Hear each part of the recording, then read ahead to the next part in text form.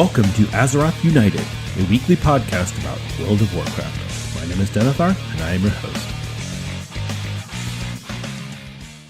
Welcome, everyone. Thank you so much for joining us. Today is Wednesday, May 29th, and this is episode 37 of Azeroth United. We have a great show lined up for you today. I know we were going to do it live last week. We talked about that and had some technical limitations, so I could not get that done. I'll work on it for next time. But still, we have a great show. We'll be covering all the drama on Mists of Pandaria Remix, Cata Classic Esports, and a little bit more discussion on the future of Classic, and just a little bit of War Within news. So pull up a chair, sit back, relax, and enjoy. And as always, if you have any questions or comments about the podcast, or if you have a particular topic that you'd like to hear discussed, please email me at denethar1@gmail.com, or you can leave a voice message by going to speakpipe.com/AzerothUnited. Also, if you enjoy the show, please consider leaving us a 5-star review on Apple Podcasts. That helps out our distribution tremendously, so if you're inclined to do so, we would be very grateful. Thank you. Before I get to the news, I wanted to do a quick rundown of what I got up to last week in WoW, and it was all Mists of Pandaria all the time. So I abandoned my warrior, and I started a hunter. I think I might have mentioned that last week. Got the hunter to 70, which was pretty easy. Hunter's easy in Remix. I just send the pets in, and although the pets do die a lot, holy moly, I just need to get my stamina up. And then I started a resto shaman. Actually, I started a enhancement shaman, and then the first dungeon I did, I was like, wow, I'll just do one as resto, and it was so much fun that now I have a second resto shaman. So that's fine. And that's the whole point of the remix, is just do something different, do the same thing, but in a different way. There's so many different ways you can play it and enjoy it. Now, I will say, it's definitely more difficult once you get to 70 and you have to start worrying about getting your gear leveled up and getting your cloak leveled up and trying to get into raids. Yeah, I can get into raids just fine on my shaman, but on the hunter, it's a little more difficult. I will say, on the shaman, I did, let's see, what did I get? I think I did the first 4 or 5 quest chunks in Jade Forest. So where you go to the village and you've got to go sabotage the horde base and you're doing all that stuff. That's about all I've done. My shaman is 58 because I've basically just been running heroic dungeons and raid nonstop. That's what I've been. Anytime I play her, it's dungeons and raids and scenarios.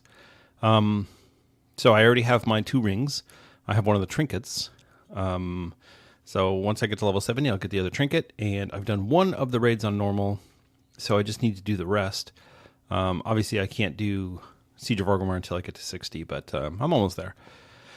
So yeah, it's a very different experience leveling through dungeons than it is leveling through questing. I feel like I got more gems by leveling through dungeons, a lot more gems, and I got a lot more. Obviously, I got blue gear because I was running heroic dungeons. Whereas on my hunter, I mostly have green gear right now because I haven't gotten a whole bunch of blues. And when I do, it's something like, ooh, speed, yay, I'm a hunter. So I don't know. I think your mileage may vary, but there's definitely a lot of varied experiences out there in the remix, and depending on what you're looking for, you could try different things. I mean, try leveling it. If you've ever played Dragonflight or Classic and you wanted to play a tank, but you were intimidated by, well, I don't know the Mythic Plus routes and people will yell at me, make a tank in Remix. Nobody cares. just go in there and steamroll the content. Yeah, some of it's harder. Sure. Some of it is harder. That is true. But especially low level, man, you'll just like blast through everything. So I would say try something new, try something you haven't done before, experiment, have fun. That's the whole point of this. Just have a good time, relax, enjoy. I feel like, yeah, this is a great game. I'm not even really digging for all the transmogs, honestly. I'm just having fun playing the game, which is weird for me because I've been so reward driven in retail or modern WoW for so long. And in order to get that, oh, it's the journey, not the end that matters feeling, I had to go to Classic, which I really wasn't vibing with Season of Discovery. So I was kind of missing that. And now I've got it. And it's in the modern WoW game. And I'm doing Mists of Pandaria. So I don't know. If you asked me to place bets a month ago on where I would be with this and how I would be feeling about it, I would never have gotten this. This is not what I would have come up with. So I'm happy. I'm having fun. So I hope you are too. And if you haven't tried it out, definitely get in there and try it out. It's worth it. At least level up one character, get some of the transmog. It's worth it. It's a lot of fun. So, all right, that's enough of that. We have a lot to talk about, so let's get into it.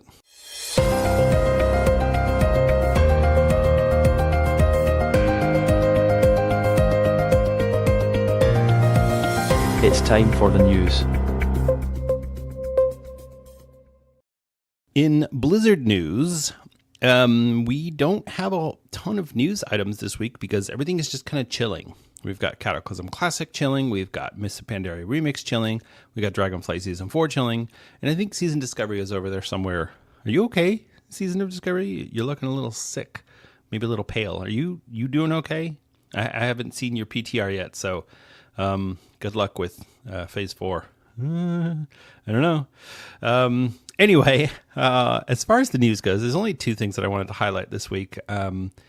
And one of them is the Cataclysm Classic Esports event. So they're going to go ahead and do esports on Cata Classic, which it makes sense. Let's try and turn this into something.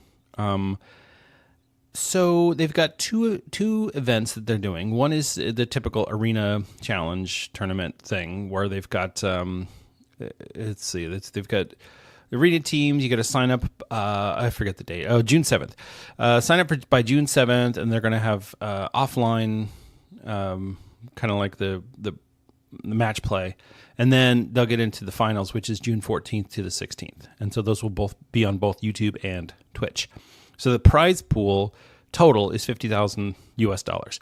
And that's going to be split amongst, I guess, the top few teams. So I think that's pretty cool. They've had a lot of success with the arena tournament in Dragonflight, and previously in Modern WoW. So to go this route with Classic, I think is a great idea. I think it's really good for the longevity of the game, honestly. And we'll talk more about the future of Classic like we did last week, because I'm really interested in this topic, and I kind of want to just ramble about it. But I think this is a good thing. So yeah. If you want to see, if you haven't checked out Classic and you're like, well, what's the PvP scene like? This is the event for you. Go watch this. It'll be a lot of fun. I guarantee it. So I'll have links to all of the relevant sites, the Raider.io site, and the YouTube and Twitch channels. So definitely check that out. But before that comes, we have the Dragon Slayer challenge. So this one's really interesting.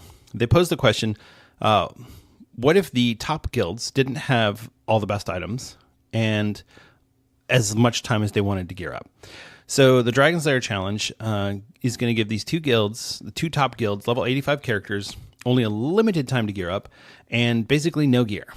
And they're going to make them speed run through Blackwing Descent, which should be interesting. I'm not quite sure how it's going to go. Because, the question then begs, is the game gear-driven or skill-driven? Is it really you just need to spend a lot of time getting gear and then you can steamroll content? Or is it doesn't matter what your gear is, if you have the skill, then you can do it? So this will be very interesting to see. It's June 8th and 9th on YouTube and Twitch. The Dragon Slayer Challenge, they're not giving a ton of information about it, but basically, yeah, we'll kind of see what transpires. I guess we'll see these guilds gearing up and running through the raid, and I don't know. I'm curious to see how that goes. No mention of prize pool there. I think this might be just like a fun thing, but yeah, they're definitely trying to esportsize Cataclysm, and I'm curious to see if we're gonna get Mythic Plus early. Especially if we do end up with a MOP Classic, I think we'll end up, instead of doing challenge modes, we might get some sort of Mythic Plus, just so that they can esportsize it, and try and build that audience, because the game is different. This sort of thing was in its infancy in 2010. And so now here we are in 2024. It's a very different landscape for esports and for video gaming in general. So, and when you consider the audience of Classic and the sorts of prize pools that these sorts of things get, for the arena tournament to have a $50,000 prize pool, that's legit. That's pretty good. You gotta give it to them there. So, yeah, I'll definitely be checking these two events out, and I will discuss the results on future episodes of the podcast. So, all right, check that out. In Dragonflight news, the only thing that I wanted to highlight there is they did post the June trading post items. So, the trading post has been kind of lackluster recently. They started doing this whole themed thing a few months ago, really in earnest. And some of them have been better than others. In this particular case, we've got a more like a beach summery theme going. There are some items that are labeled colorful, and what they mean by colorful is like a rainbow flag. So it's their subtle way of throwing in some pride items without calling it pride. I guess it's fine. If people are going to get butthurt about rainbows, they're going to get butthurt whether you call it pride or not. But even still, it's okay. I'm happy to see it. I'm glad they're putting it in there. I just wish they could say, hey, celebrate your pride, whatever. I think that would be great. But that's not my battle to fight. I have an opinion on it, but I don't need to. Yeah. As far as the trading post goes, so we have a couple of items I wanted to highlight in here. 2 mounts. So you got a riding turtle, which is cool. I think it's a aquatic mount. I'm not sure on that one. But the other one is the pearlescent goblin wave shredder, which is a goblin powered surfboard mount thing. It looks pretty cool. I'm just wondering if this is going to be a dynamic flying mount, because that would be awesome. Have a dynamic flying surfboard. I'd be down with that. So those are both 700 tendies. And then there's the colorful, I'm using air quotes here, colorful beach chair toy, which is a big ass beach chair that you can sit on, and that's 200 tendies. There's a bunch of different summery outfit looking transmogs. But they have 2 ensembles. So you have the sunny tropical beachwear and the sunny tropical swimwear. And these are both really cool looking. We're going to get, I foresee that we'll see a lot of female characters wearing these items once they come out on the trading post, and a lot of orcs and Kultiran males also wearing these items, maybe some Tauren. Yeah, so that's how that sort of thing goes. But yeah, definitely check out what they have. I mean, some of this stuff looks good.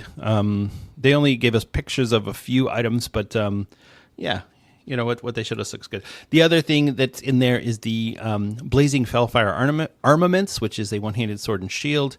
I think they've done some of these before, and so this might be just a different coloring of that, but there's no picture of that. So, I always like to highlight some of the more interesting weapons. There's also an Initiate's Bow staff, which is 60 tenders. So that is probably like the low adventurer fantasy, like, oh, I'm just starting out and I only have this simple staff, but like a high-res version of that. I don't know. We'll see. I like that sort of thing, because I do like to have characters who it's like they were abandoned by their parents as a child. They have fought in the wilderness for hundreds of years, honing their skills or whatever. But yeah, so that's the trading post items. The the reward for filling out the traveler's log, which is really interesting, is the Extreme Water Blaster display. So it's a toy that you put out, and I guess if you click on it, you get a water blaster gun, and you can squirt people with it. I mean, it looks cool. There's a interesting image of looks like a blood elf wearing sunglasses and a beach outfit, jumping in the air with a blaster gun. I don't know. Whatever. We'll see. It'll either be worth it or it won't. The last few rewards have not been really worth it. I did like the butterfly wings, but it's whatever.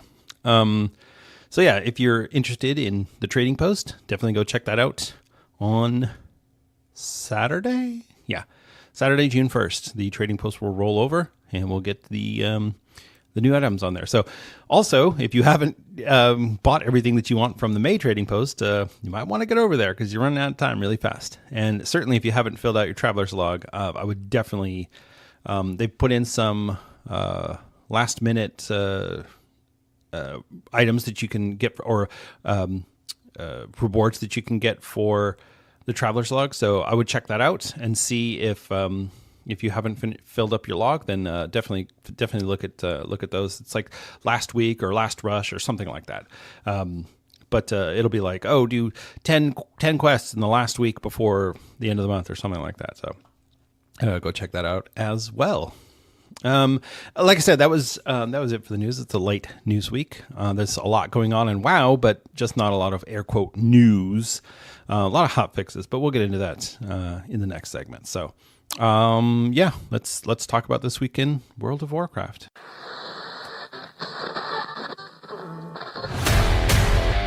Let's talk about World of Warcraft.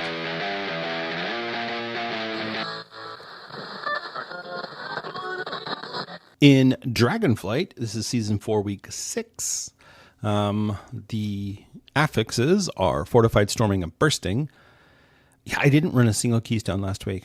Not a single one. I was having too much fun with Mists of Pandaria. So, there's a lot of people still running. My wife is still running keystones on her paladin, and and that's fine.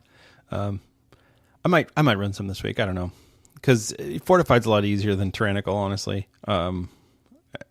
Where the game is. So it used to be when you started doing keystones like a 2 or 3 or 4. Tyrannical was easier because the trash was hard and the bosses their health was so low anyway that they would just fall over even if they were tyrannical. Now that 2s are much harder, Tyrannical's hard. You show up and in a 2 and it's hard. It's hard. So Fortified, yeah, I'll take it. So I might run some keystones this week. Fortified, non-boss enemies have more health and deal 30% more damage. Storming, tornadoes spawn around enemy creatures while in combat. This one is annoying. Oh my gosh, I hate storming. I mean, especially when there's bosses that have storm effects, like in No Code Offensive. Oh, it's so annoying. It's just everywhere. Yeah. So if you have some sort of really good movement control abilities, like a demon hunter or a warrior, you can leap. Mage can blink, whatever. Okay. Druid can charge, feral charge, whatever. That's fine. But for the most part, these are annoying to deal with. And then finally, bursting, non-boss enemies explode on death, causing all players to suffer flat damage that scales with keystone level. This effect stacks. Yeah, this one also sucks. They could say this effect sucks because it does. Bursting is by far my least favorite affix as a healer because... yeah, it's just, hey, you know how the players already take a ton of damage because they don't feel like doing mechanics and moving out of things? Well, now they're going to take more because they insist on pulling 3 groups at a time and AoEing everything down. So they'll get all those bursting stacks at once and everyone will die. Yay! Sorry, I went on a little rant there. But still, bursting stinks. Storming stinks. Fortified's okay.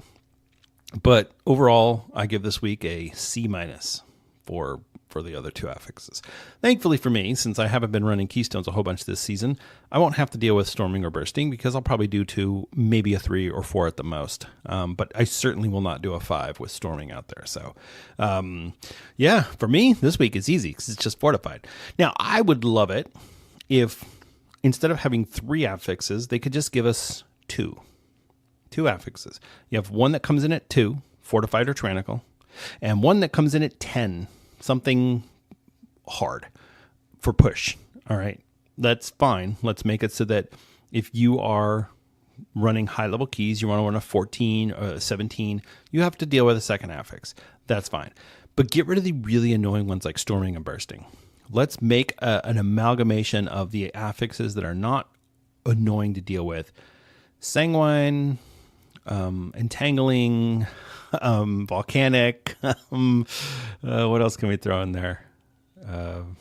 Raging is fine. You could do raging, and let's see what else we put in there. Come up with something else. I don't know. Oh, but yeah. I feel like the affixes have served their time. It's no longer really useful or helpful to have the affixes in there. I wish that we could not have to deal with them. So, but anyway, that's just, little side tangent. The Awakened content this week is the Emerald Dream. So all the stuff from season 3. So we're going to have Amir Distill the Dream's Hope. So if you have not yet gotten your Firaloth, this is the week, because this is going to be Awakened. So if you get it this week, you won't have to spend bullion upgrading it. You'll get an already upgraded version of your legendary. So, and we haven't gotten word yet on whether or not we're going to have all content Awakened next week. We're assuming that that's the case, because that's what Blizzard had said originally, but I don't know. They haven't really come back to that. So, the World Quest content this week is the Dream Surge, Super Bloom, and the Dream Seeds. So, get your 100 Dream Surge items, your complete a Super Bloom, and plant 3 Dream Seeds. Which this is honestly the easiest of the 3. This is so easy. It's not even the hardest part is timing the Super Bloom. You got to get there at the right time. And then reputation gains with the Dream Wardens and Valdrakken Accord will increase by 50%. And I think that's... Oh, and the world boss was Orastor the Hibernating in the Emerald Dream. So he'll have a chance to drop better gear. And that's it.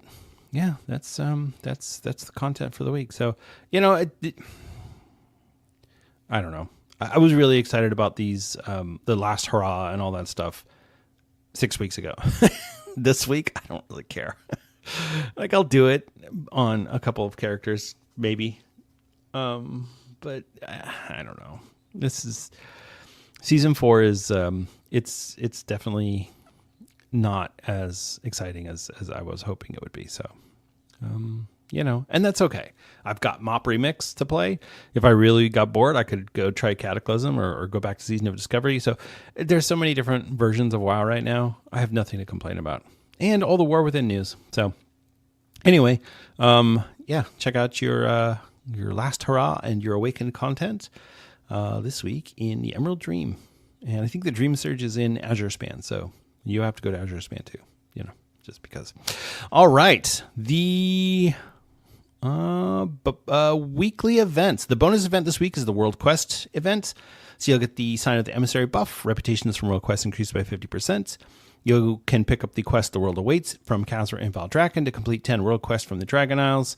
And you'll get 2,500 reputation with the faction of your choice, which includes Loam Niffen and the Dream Wardens and any of the 4 original Dragonflight factions. So, if you're not maxed out on any reputation, this is a great week to get one free renown level for doing these world quests. So, and you'll get more reputation from doing the world quest. So if you want, say, Loam Niffen, go to Zerlak Cavern, do all the world quests there, and you'll get your reputation. So, the PvP brawl this week is Comp Stomp. Jump into Arathi Basin for a head-to-head battle against AI opponents. Okay. Make sure you complete the quest Something Different to win a PvP brawl, which will reward you with Conquest Honor and Marks of Honor. Comp Stomp is the one that's it's just you go and you just smack the computer around, and it just this is a guaranteed win. If you get into a Comp Stomp, you're gonna win. It's how it goes. Unless you somehow manage to get beat by the AI, the Terminator shows up. But seriously, Comp Stomp, easy peasy, lemon squeezy. Just knock it out. And so that's look. There's a lot of stuff going on in Dragonflight still. I just don't think anyone's really excited about it. So that's okay. Last thing is the Darkmoon Fair will start this Sunday, I believe. It's Sunday. This Sunday. And you know how I feel about the Darkmoon Fair. If you haven't maxed out your professions on anyone, this is a great week to go do that. You get 2 skill points and 3 knowledge points. You can also get some reputation and XP buff by riding the merry-go-round or the roller coaster. You can get shot out of the cannon. You can go check out the concert. You can go to the Death Metal Night. All the stuff that I always talk about. The fair is great. I love the Darkmoon Fair. And they did get the Darkmoon Fair going on Cataclysm Classic, so that should also start this Sunday. So hey, double Darkmoon Fair, baby. Yeah, it's good times. I'm feeling a little low on Dragonflight right now. Not because I don't like Dragonflight or because I'm unhappy with it, but because it's served its time, and it definitely feels like it's winding down. So, there's still plenty of people who don't want to try Mop Remix or Classic, and they are in Dragonflight, and there's still plenty to do. And there's still plenty of people. There was people all over the place. I logged on this morning, and there's people everywhere. So, it's just not for me right now. But it'll go in waves. I'll get back into Dragonflight in a couple weeks, maybe. Get all excited about it and start running keys and trying to get into the raid, and that's just how it goes. So yeah, hot fixes for the week. So we have. Let's see. Okay. So first of all, for the WoW remix, there's they put in a couple different hot fixes. So this was so first of all, the frog farmers got nerfed, and they got nerfed pretty well. So player characters who killed many gulp frogs during the first phase of the event have been modified. The power of their cloak of infinite potential was reduced to an amount that a very engaged player could reasonably achieve. Basically, they got reduced to, I think it was like 2,500 points on each of the attributes and like 25,000 stamina, I think it was, or something like that. But regardless, they got nerfed. And then they put in quests for players who did not gulp frog to get 40,000 bronze. So I think you get like 3,000 at level 50, 7,000 at level 60, and 30,000 at level 70. So, it's a little bit of something for people. I mean, you can't make it fair. And I still stand by the comments I made last week that Blizzard needs a red team. I even saw a Bellular video where he mentioned the same thing. He was talking about Blizzard needs a red team. So, yeah, they do. They need a red team. They desperately need a red team. Somebody who can go in there and who knows how to do this degenerate playstyle gulp frog farming sort of thing.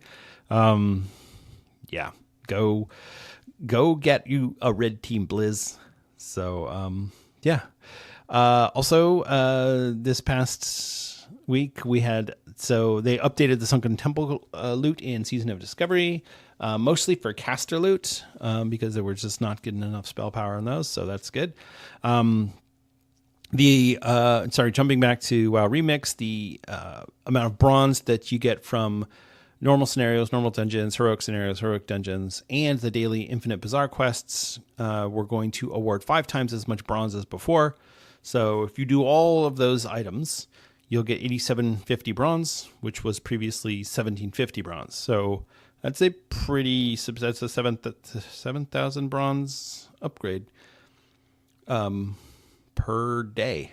So if you're frustrated because you haven't been able to earn so much bronze, you should be earning more. But you've probably already seen this in effect in the game. So yeah, that's there's a whole bunch of hot fixes in there. A lot of stuff, a lot of bug fixes for Cata Classic and WoW Remix.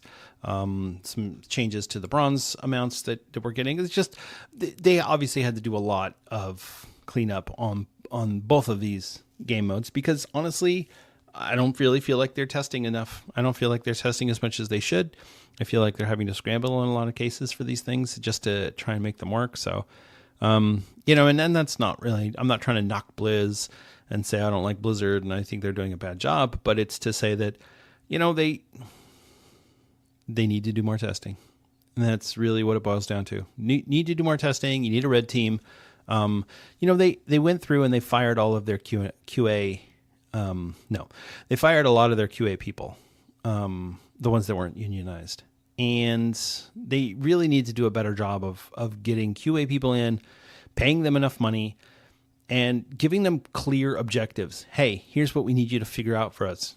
If you were a degenerate WoW player, where would you farm for bronze and for cloak threads in WoW Remix, or whatever? So anyway, I don't need to go on and on about that, but there are a lot of hotfixes, and I'll put the link to the hotfixes in the show notes so that you can check those out. All right, that's it for this week in World of Warcraft. Let's move on to something new. Let's talk about something new.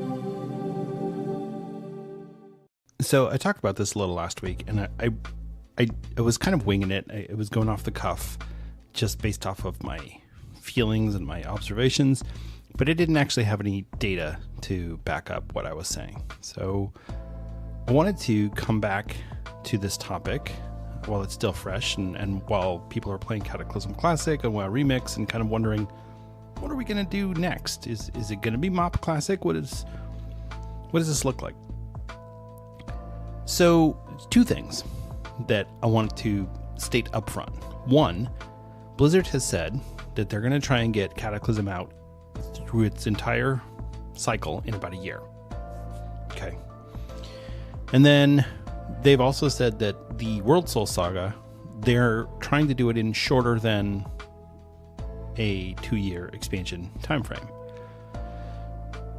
Now, you take both of those things and you kind of realize that trying to do an entire WoW expansion, including all the development, the patches, the updates, in a, say, 18-month timeline is a little tough. And I don't think Blizzard is quite at that point where they're ready to do that. But obviously they want to do it shorter than 24 months, so let's go 21 months.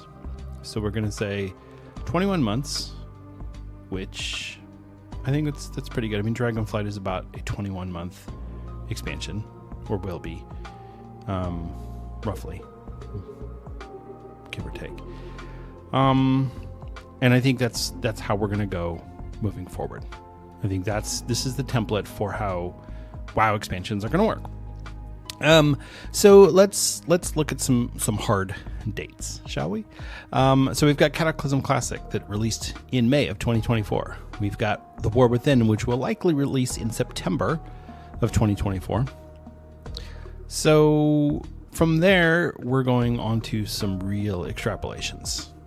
And that's okay, because we're just speculating here. We have no idea what we're talking about. And that's fine, because it's fun to speculate and it's fun to wonder, like, oh, I wonder what's going to happen. It doesn't really matter, but, we're just trying to have some fun. So let's go Mists of Pandaria. Let's just keep 1 year per classic expansion. Mists of Pandaria, May 2025. All right. Warlords of Draenor, May 2026. Okay. So 2026 is when you get to get in your garrison. And then Midnight should show up somewhere following the 21-month cycle around June of 2026. So we'll go May and then June. It's a little tight. Maybe those timelines could get moved around a little bit. But for the purpose of discussion, we're just going to go June 2026 is Midnight release. Legion Classic will release in May of 2027. The Last Titan will release in March of 2028, followed by Battle for Azeroth Classic in May of 2028, followed by Shadowlands Classic in May of 2029, followed by whatever the next expansion is going to be after The Last Titan. We're going to call it 14.0. That will show up in December of 2029, followed by Dragonflight Classic in May of 2030. The War Within Classic will hit in May of 2031, followed by 15.0, the new expansion, in September of 2031, followed by Midnight Classic in May of 2032, followed by The Last Titan in May of 2033, Last Titan Classic, sorry, followed by the expansion 16.0 in June of 2033. So you get where I'm coming from here. This is obviously ridiculous, what I'm speculating here. But the point is, if we're following these timelines and we're just going to plow through with Classic as it currently stands, The Last Titan Classic will release 5 years after The Last Titan regular. 5 years. That is not enough time to generate a bunch of nostalgia, especially if we're just plowing through Classic every year. So what's the solution to that? Well, I'm glad you asked, because I don't have a solution, but I do have some ideas. So one is Cataclysm can be the end of Classic as we know it, where we're basically just repeating the same idea of original release. So when Cataclysm released, here were the raids, here were the dungeons, here was the level cap, blah, blah, blah, all the stuff that we're just repeating what happened. And while there are some people who might want to do that all the way through, you know, we did lose most of our subscriber base through Cataclysm, Mists of Pandaria, and Warlords of Draenor last time. That's what already happened. And while it's a different game and it's a different environment now, it's going to happen again, and Classic will die down, and some people will come back for Legion, but a lot of people are going to go, you and I can't do the Legion stuff until I get to level 100? Yeah, that's right. You can't even make a Demon Hunter until you get to level 90, I think it is. Or 98. I forget what it is. But anyway, so what's the alternative? Well, let's look to Mists of Pandaria WoW Remix for a solution. Now, that in and of itself is not a good enough replacement for Classic. But if we combine that with maybe Chromie time, and we say, okay, here's a character, you can make a character, and you, instead of choosing WoW Remix or Dragonflight, as we do currently, when you create a new character, you're going to choose Classic or Modern. If you choose a Classic character, you choose the Classic era that you want to participate in. If you say, I want to make a Legion character, okay, well, you are now going to make a Legion Classic character. That character will start at level 100 because that was the starting level for Legion. That character will have decent Warlords of Draenor level gear to allow you to go participate in Legion as it currently stands, and you go through it, right?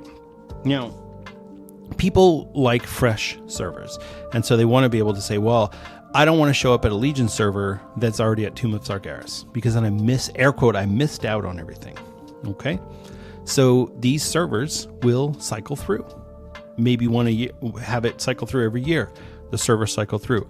So in whatever, maybe they cycle through every few months. So every 3 months, you get Mists of Pandaria and Shadowlands is going to recycle. And then next 3 months, it'll be Warlords of Draenor and Wrath of Lich King. And then 3 months after that, it'll be Legion and Cataclysm, and so on. So you jump in when you want, when it's the expansion that you want to level in and you want to play in. And people can start playing Mists of Pandaria, and then in 3 months they go, yeah, you know what, I'm bored with this. I'm not really having fun. Let me switch to Legion. Let me switch to Battle for Azeroth Classic. Whatever it is. That way, you're not faced with the arduous grind of, I got to level all the way up from 1 to 110 just so I can do Battle for Azeroth stuff. No, it's okay. We've got it figured out. And then also it gives us the ability to relive our favorite expansions over and over again. You say, hey, here's a server. It's called Chaos Strike Wrath EU, whatever. That server will last forever. Once you kill Arthas and the Ruby Sanctum is out, that server will continue on. But if you want to start at the new Wrath server in a year, it's going to be something like, Ice Crown Stabby EU. That's the new Wrath server. It's the fresh Wrath server. And so you can start on that one. Your character from the last Wrath Classic server will still be there, but it's just not going anywhere. But if you want to relive Wrath, you can do it again. So kind of like Diablo Seasons, where the characters you make on these servers, they don't go anywhere. They don't do anything. Now you'll have the option to transfer them. Maybe there's a way that we can transfer those characters to Modern WoW. You say, okay, well, this server's done, and I'm going to transfer this character off this server and onto a Modern WoW server, because we don't want those characters going back to the beginning of a fresh server. But we can say, let's drop them into a Modern WoW server. Or maybe there's a catch-all server where we can just dump these characters and they can go do whatever they want. But more realistically, there's going to be a translation between, hey, I got to level 80 in Wrath and I did everything and I killed all the raids and I blah, blah, blah. But I don't want to lose my character and I don't want him to be sitting on a dead server. So what do? I transfer that character to a retail server And that gear that I have in Wrath of the Lich King will translate over to whatever the appropriate expansion. So let's say it's Midnight. So we're going to transfer over to modern WoW servers, which is Midnight. The starting level will be level 80, and we're going to go to level 90. So when that character transfers over, that character will be level 80. They will have their item level will be appropriate to whatever the starting item level is for Midnight, because there's no need for us to play this game of, oh, well, you have a Wrath character. Did you level through Cata? Did you level through Mists of Pandaria? Did you level through Warcraft, Stranded, Lich, Battle for Azeroth, Shadowlands, Dragon? Why? Why do we need to do the expansions in order when that's not what players are looking for. They just want to be able to say, hey, I want to know what it was like to do Legion. I want to get my artifact weapon. I want to do Tomb of Sargeras. I want to do that stuff as it was. Okay. But is there a need for Blizzard to keep a Legion server around after people got to experience that? No. And then what happens if you miss Legion Classic? Do you have to wait for Legion Classic? I mean, what are we doing? So if we reset these servers every few months, and just every 3 months a new one comes available, and okay, this time it's, like I said, it's Battle for Azeroth and Mists of Pandaria. Great. If you want to level in one of those, jump in. There will be people who create a new character every 3 months on a new server, and that's just what they do every single time. There are going to be some people who only play their favorites. They're going to say, well, I'll play Mists, and I'll play Legion, and I'll play Battle for Azeroth, but that's it. Nothing else. Okay, great. Those are the ones you play. That's what you do. So I think this could work for a number of reasons. One, it gives people that nostalgia itch, and then they don't have to go back to it. A new Legion server shows up in 18 months after the first one. You don't have to do it again. You've done it. You've done it already. But then 3 years from now, when you're like, man, I really miss Legion, you could do it again because another one will show up, and you just keep doing that. And relive your childhood as many times as you want to, wherever you want to. You go, I've done Legion a couple times now, but you know what I haven't done? I haven't done Burning Crusade. Okay, great. Burning Crusade, jump in. We have enough WoW expansions. And instead of doing time walking, which is fine, but we could say, hey, here's a way to run these expansions in a normal-ish timeline. So you go a year timeline instead of 2 years. Okay. The other option, taking more of a cue from the remix, is to say, we're going to run you through Legion, and instead of doing it with WoW Remix where everything is just available as you level up, maybe what we do instead is we give players the ability to say, hey, you're going to level up fast, you're going to gear up fast, and you're going to power up fast, but you're going to, the raids and the dungeons and all of that stuff is going to be in an accelerated timeline. So you'll have Legion era talents, you'll have Legion era gear, but you're going to get things that make you move through the content faster. You're going to get buffs. You're going to get an XP buff. You're going to get every week that a raid is out, you got a stacking damage buff, something along those lines. Because to try to plod along in a classic era time or a classic timeline as it was, it just doesn't work anymore, I don't think. There's been enough changes made to the game. Players just don't want that. And the fact that we're going to try and do Cataclysm in a year shows that players don't want to spend 2 years in Cataclysm. They want to be able to knock this out fast and move on to the next thing. And I think this will allow it. Now, you could do either of those two options. There's other options out there that you could do as well. But I think that giving players the flexibility to choose which expansion they want to do, within reason, obviously, you can't just say, hey, I feel like starting a fresh Legion server today. Okay, no, you have to time it. It has to be a schedule. And if you miss the fresh Legion server, there won't be another one for a year and a half or so. And that's okay, because it will come back. And maybe in the meantime, try a Mists of Pandaria fresh server. Maybe you'll like it. Maybe you try a Wrath fresh server and you have more fun than you did last time because things are happening faster. Maybe you don't have to sit in Ulduar for 6 months. Maybe you could sit in Ulduar for 3 months and just move on. And some of these expansions obviously have a lot more content than others. Sitting in Warlords of Draenor even for a year sounds miserable. Honestly, it's just, so maybe some of them are less. If we go based on the seasonal model that is currently in the game with Dragonflight, I think it started in Legion, honestly. If we go with that model, and you go, okay, so Legion had 4 seasons. And Battle for Azeroth had 4 seasons. Shadowlands had 3. The 4th season was a amalgamation of the first 3. So really, Shadowlands had 3. Dragonflight had 3. Warlords of Draenor had 2.5, sort of, because you had High Maul and then you had Blackrock Citadel, but those were kind of all released at the same time. And then you had Hellfire Citadel. I say Blackrock Foundry, then Hellfire Citadel. Anyway, but you could split those up. You could say High Maul Season 1. Blackrock Foundry Season 2, Hellfire Citadel Season 3. So if you go 3 months a season in Classic, or maybe Warlords of Draenor goes 9 months. Okay. And then it lasts for another 3 months after that. Or maybe the servers are perpetual. I don't know. But the point is, there are options out there. And if you look at the list of expansions that we have, pretty soon War Within is going to be in there too. And people are going to start asking, well, when are we going to get War Within Classic? I mean, come on. So maybe... in the same way that Blizzard says, okay, well, it's 2 expansions back. So right now we're in Dragonflight. So 2 expansions back is Battle for Azeroth. So when Dragonflight is done, we'll get Battle for Azeroth added to the Classic timeline. Then when War Within is done, we'll get Shadowlands added, and so on and so forth. And maybe that's how we do it. Or somewhere during the life cycle of War Within, we'll get Shadowlands. Somewhere during the life cycle of Midnight, we'll get Dragonflight, etc. But something to point out that I really feel like isn't getting talked about enough is that we did not get Battle for Azeroth Time Walking in Dragonflight like we thought we would. We got Legion Time Walking in Shadowlands. We got Warlords of Draenor Time Walking in Battle for Azeroth, etc.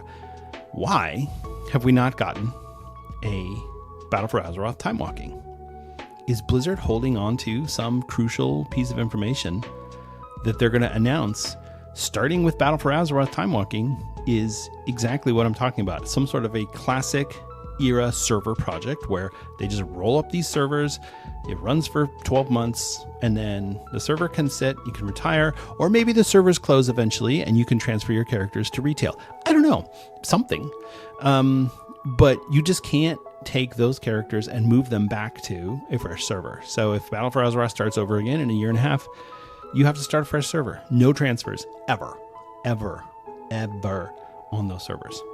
And when did War Mode start? Legion, or Warlords. So there's no need to do a bunch of PvP and PvE servers. We could just make everything a War Mode server.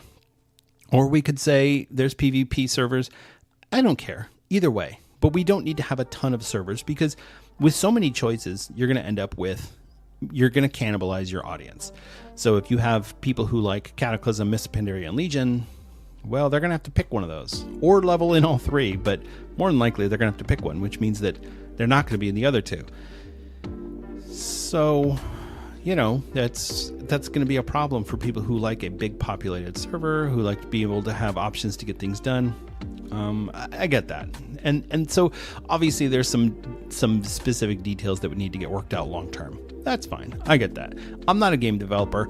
I'm not sitting there trying to plan this out. I'm just throwing out a suggestion. I'm throwing out ideas because honestly, that's all I can do is sit here and armchair quarterback and know that, I can sit and watch on TV and go, no, that was a strike. But the reality is I'm not that umpire. I'm not standing behind the plate watching it and going, yeah, it was this, it was that. So I get it. But I do have ideas. I do have thoughts and theories. And while maybe this is never going to work for reasons that I can't think of, I think it's a pretty good idea. So something to chew on for the future. All right. That's enough of that. I know this isn't really more of something new. We're talking about something in the past, but it's something that new that could potentially happen. There's a lot of War Within news out there. And honestly, I've been really struggling with trying to compile it because I can't get into the alpha. And honestly, I'm probably going to have to wait on reporting a lot of War Within stuff until I get into either the beta alpha or get into the beta when it comes out. So that's fine. All right, let's move on to the weekly rant. It's time for the weekly rant.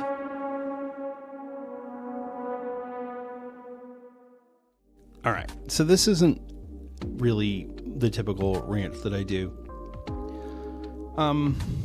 But but I wanted to call out some of the WoW news sites. In this case, specifically Wowhead. For years, Wowhead has been a fixture of the World of Warcraft landscape, and it's become ubiquitous within World of Warcraft gaming sphere. So the issue that I have is not that they are running ads, as a lot of people do. Oh, Wowhead's got all these ads and it's annoying. Yeah, okay, I get that. It's annoying, but ads pay the bills. So why do I not like Wowhead? Well, first of all, there's the data mining. And while I do appreciate being able to get data mined information, and it's like, oh, that's pretty cool, I didn't know that, that's fun to know. It does really kind of damage, I think, the landscape of, hey, here's what's coming in the War Within, here's what's coming in Dragonflight, here's what's coming in Shadowlands, whatever it is, whatever expansion it is. It's been a big problem. In addition to that, Wowhead has started to, I feel like, drive community opinion. And I think that's a really bad precedent that's been happening for a while now. And it really took a head with this frog farming business and thread farming, really, because the players keep finding new places to farm threads. It's really kind of come to a head with this, where Wowhead is reporting on things that normal players aren't experiencing. So I'm not frog farming. I'm leveling up. I've got a 70. I'm leveling up a second 70 in Remix, but I'm not trying to gain all this advantage in a 3-month. Why? What am I trying to do? But I know all about the frog farm because of Wowhead. I know all about the thread farming. I know all about the inequities of life from Wowhead. Why? Why do I need to know all of this information? How is it relevant to me as a player? This is the same thing that's happening with our news media, where they're no longer reporting news. They're just saying, hey, here's something that happened, and here's how you should feel about it. And I don't like that. Tell me what happened. That's fine. Give me the relevant news. But if you're telling me that somebody did something and it wasn't fair because somebody else couldn't do it, that's not news. That's just complaining. You're just bitching and complaining because you didn't like something or you didn't like the way it happened. And you can call whatever you want news. You can say, this is news because it's happening now, or it just recently happened, and it's something that people want to know about. Okay, I get that. But at the same time, when you start telling people how to feel about it, or you start taking on a certain slant, it becomes more of an opinion piece. And Wowhead has become overrun with opinion pieces. Their news is so opinion heavy that it's hard to differentiate what is actually going on and what the effects of certain things are, like the frog farms. As well, if you read any of their guides are also very opinion heavy, to the point where I read the Wowhead guides now and I go, okay, that's what I'm not gonna do. I read, and this was for my Demon Hunter in season 3. I was reading the Wowhead guide for Havoc Demon Hunter, and they went on this whole rant about how if you're not doing this talent spec, then you're basically nerfing yourself, and you're not going to do enough damage, and this whole doom and gloom scenario. I said, okay, so I need to do this. So I went through and I set the whole thing up, and it was way more complicated than I was willing to put into my Demon Hunter. This is this heavy movement build. So I looked up some other talent builds on some other sites, and I actually saw one on Method where they basically said, look, this is going to do about 5% more damage if you do this rotation perfectly. But if you mess this up, it's going to be worse. So if you're really just trying to learn Demon Hunter, don't do this build, this movement heavy build. Do this much simpler build. You'll do about 5% less damage on paper, but the reality is you'll have a lot more fun because you're going to be learning your character and you're going to be learning how to play. You'll learn mechanics. You'll be able to do things. It's going to be an overall better way of playing. And so I took that and I said, well, why is it that Wowhead is trying to force me or trying to push me into this direction. And so I realized, this is just a person who's writing an article, and that's their opinion. So yeah, writing a guide, you do have to have some level of opinion, but you need to lace it with facts. And those facts were not present in that guide, not on the Wowhead guide anyway. And so, take all of these components, and I still go to Wowhead probably every single day. I still use them for so much information, but it's gotten so bad that when I'm trying to find information on a news article that I saw 3 days ago, I have to scroll through 50 news articles because they're reporting every little thing as it happens. Oh, here's a new frog farm. It hasn't been nerfed yet. Oh, okay. Well, here's this new thing. Why do I need to know every single thread farm in Mists of Pandaria Remix? Tell me when Blizzard nerfs them. That's news. That's something that happened. Blizzard took action against people who were doing this thing. Okay, that's news. Blizzard is giving players who didn't frog farm 40,000 bronze. That's news. That's the information I want to know. Players are farming these mobs and it's not good. That's not news. That's just, you're describing people's gameplay. That's not news. Sorry. The point is, I really wish that Wowhead would function more like a news site and less like a opinion site. But it's not a news site. It's just a website that people use, and they release information as news. And a lot of people take that as gospel. This is one of the reasons why you have so many people who go, I don't want this type of tank. I don't want this type of healer because it's not meta. Dude, you're running a 2. You don't need the meta tank in a 2. If you're doing a 17, yeah, why don't you go ahead and grab you a meta tank? That's fine. But if you're doing a 2, if you're doing a 4, you don't need to worry about having the meta healer or the what comp are we looking. Make sure you have a hero. Make sure you have a combat res. Make sure everyone has their interrupts if it's a incorporeal week or whatever. That's fine. But yeah. So this is something that it's been bothering me for a long time. And it's really hard for me to put in words exactly what it is that irritates me about Wowhead, because I do use them every day and I do rely on them for so much information, but the way they present the information has just gotten worse and worse and worse over time. And I feel like it's not necessarily that Wowhead is bad, it's just that I think it's hard to keep up with that sort of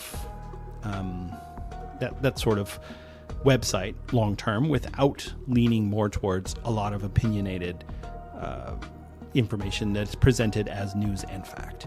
So suffice it to say, I just feel like Wowhead could do a little bit more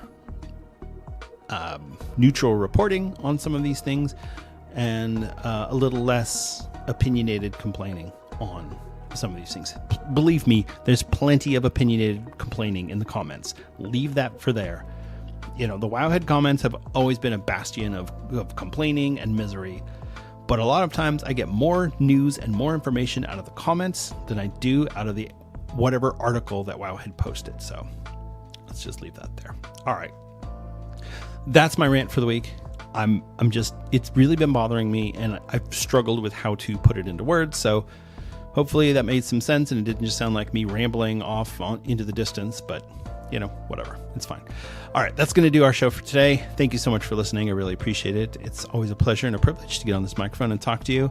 I do value the time that we spend here, even though it's mostly just me talking and you hopefully listening. But even still, it's nice and I'd love to be able to interact with some members of the WoW community. If you listen to the podcast and you'd like to talk to me or you want to have something to say, or even if you want to get on the show and you're interested in maybe having a discussion with me on some of these topics, please reach out to me and get in contact. I'd love to hear from you. Sometimes I feel like I'm doing this in isolation, and I know people are listening to the podcast because I can see the download numbers, but it's difficult to broadcast and not have any sort of direct feedback because I don't really know how I'm doing other than My subscriber numbers have gone up and my download numbers have gone up, but I don't really know how I'm doing because, maybe people are hate listening. Maybe people are laughing at me. I don't know because I don't get a lot of feedback. So please, if you are interested in giving any feedback, I'd really appreciate it. And I'd be happy to listen to you and happy to take that into consideration. You can reach me on Twitter. I am at Denethar, or you can email me at denethar1@gmail.com. This is the part of the problem is I'm all over the place on social media. So Twitter is at Denethar. Email is denethar1@gmail.com.